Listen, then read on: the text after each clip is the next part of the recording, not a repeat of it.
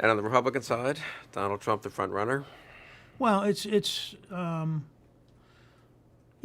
one of those stories that's a reminder of how narrow and how small Washington is. Trump has been a national figure at least since the mid 80s. Right. He has been a New York real estate player since the 70s. Excuse me, he inherited his father's Brooklyn and Queens business, took it to Manhattan, and dramatically grew it. He has had I think, 12-year television show, The Apprentice. He has managed his celebrity status to a reasonably good-sized empire. You can argue whether its real net value is $4 billion or $10 billion, but it's something. Enough.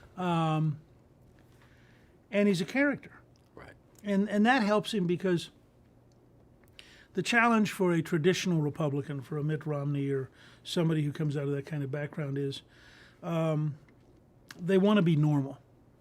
They want to say, I'm just one of the guys. I may be worth a couple $100 million, but I'm really one of the guys. Well, Trump has no interest in being normal. Right. Trump wants to say, hi, I'm really rich, and it's really exciting to be really rich, and I'll bet you're having a good time hanging out with the guy who's really rich. And I'm going to fly my helicopter to the Iowa State Fair Exactly. and wear my shirt with cufflinks, and I'm not going to pretend to be, And one of his underlying thematics is, wouldn't you like to be rich too? I mean, if you want somebody to teach you how to be poor, we have several candidates. I'd like to teach you how to get to be rich. The other part of it is he has, and Randy Evans, who's been my advisor for many years, is the person who really put me onto this. Randy's a great trial lawyer. And he said, part of the reason you have this mismatch of analysis is everybody in Washington thinks policy matters, and they want to talk policy. Right. Trump is offering a very simple model. It's time that we win. Yeah. I'd like to win. If you'd like to win, you're with me. I can't tell you yet how we'll win, but I can tell you that my background is we're going to win. And so the average American is looking at, Hugh Hewitt asking a series of names none of them know. And Trump going, hey, if I need to know him, I'll know him. But I think those guys will be gone. I'm not going to waste my time. How would you like to win? And so he has a base that is, I think, bigger than the number he's currently getting. I mean, if you look at the underlying, are you going to vote for him? He's at 28, 30 depending on the number.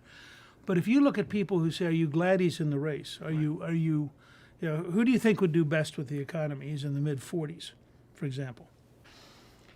If the American people are so mad at Washington that 62% of the votes going, well, I'm throwing in Cruz just because I think in all fairness he's not. I mean, nobody up here ever believed he served here. Right. If 62% are saying, if you're elected, you're not on my list. Right. The country is saying something about their level, at least in the Republican Party. They're saying something about their level of unhappiness. But there were polls out this week that showed both Carson and Trump beating Hillary nationally. Right. And so you have to look at that. Now, that's partly because she keeps decaying, and but it's also because there's this is what happened with Reagan. I mean, there's a period where you look like you're radical, but they watch you for a couple months and you don't seem all that radical. And then they begin to think maybe you're not radical, and then one day they think you're okay, And Reagan went through this whole period from 76 to 80 where he got more and more and more acceptable. Well, it may well be that what you're seeing in part is Trump and Carson and to some extent Fiorina becoming acceptable, so that people don't have this double standard of saying, oh yeah, they're interesting, but I could never imagine them because they've never been in office. And instead it's beginning to be kind of like, they're really interesting. In fact, they're a little bit more interesting than these guys who've been in office. Yeah. I mean, I wonder if I've had it backwards. So we had a poll of Weekly Standard readers. It's a straw poll. They had to choose to email in their choices, so it's not scientific. But 15% below the country's average of Weekly Standard readers seem to be who answered this poll, but it was several thousand, are for Trump as their first choice. So we're not that pro. It's more pro-Rubio, a lot of pro-Fiorina. Come back to her in a minute. More conventional, I suppose you'd say. People who've been interested in politics a long time and probably put a somewhat higher value on having served as a governor or senator. But when I did have the wit, I guess, to ask the question, But are you, whatever your views on who you're for, are you pleased or not that Donald Trump is in the race? Or do you think it is helping the Republican cause and the conservative cause that Donald Trump is in the race? 63-37, yes. So think about that. 15% are for him, but 63% say they're happy he's in the race. Now, my conventional, I think too conventional probably, interpretation has been, so they're happy he's in the race, he's sending a message, and they hope the other candidates get the message, and then they go to one of the normal candidates. But I recently started thinking, couldn't it be the opposite? I mean, maybe I'm wrong. Maybe 63%, maybe it's the opposite, that as he's in the race longer, the gap between those 15 and 63 start to say to themselves, well, I'm happy he's in the race, and he seems to be doing fine, and he's not crazy the way people say, so why can't I just be for him?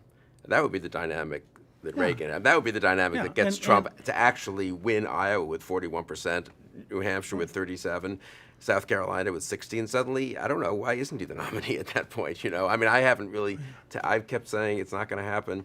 It would be so unusual, but I don't know. Well, and it partly requires him to be methodical in being interesting, okay? I mean, as long as he doesn't wig out and do something crazy, every week he's going to become more acceptable. And I try to suggest to people that I think Trump learns faster than any politician I've known except Bill Clinton. I think this is a guy. The reason he made so much money over the years in so many different places. He's not like Perot. Perot made a lot of money doing one thing brilliantly. Trump has dabbled in, the Trump ties, or Miss Universe, or, television. Or, I mean, think about the range of what he does. This is a guy who gets up every morning and absorbs information all day.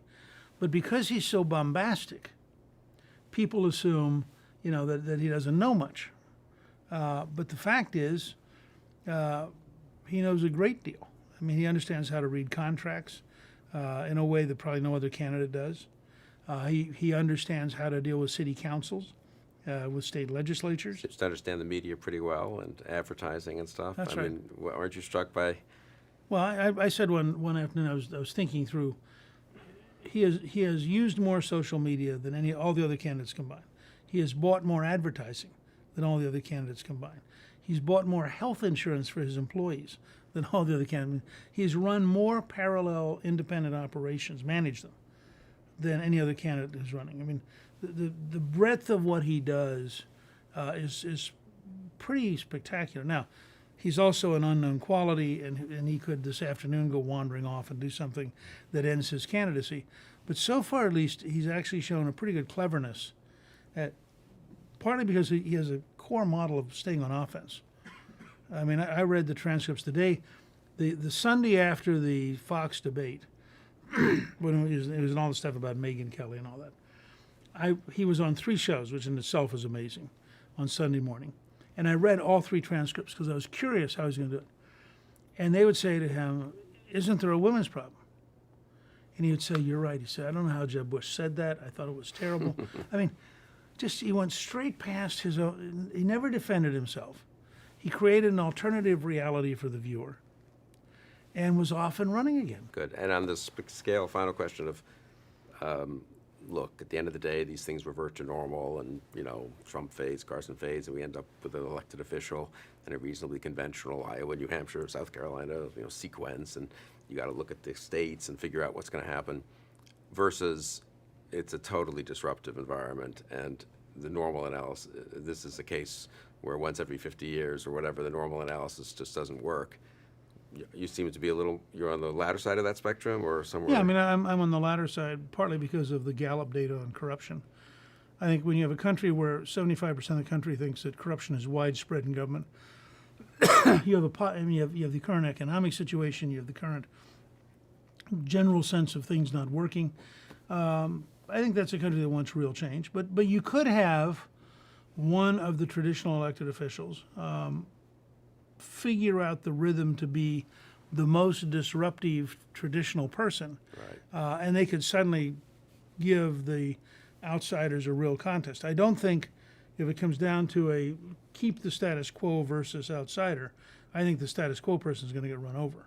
I don't think in that sense this is like 12 or 8 or any time in my lifetime, I don't think.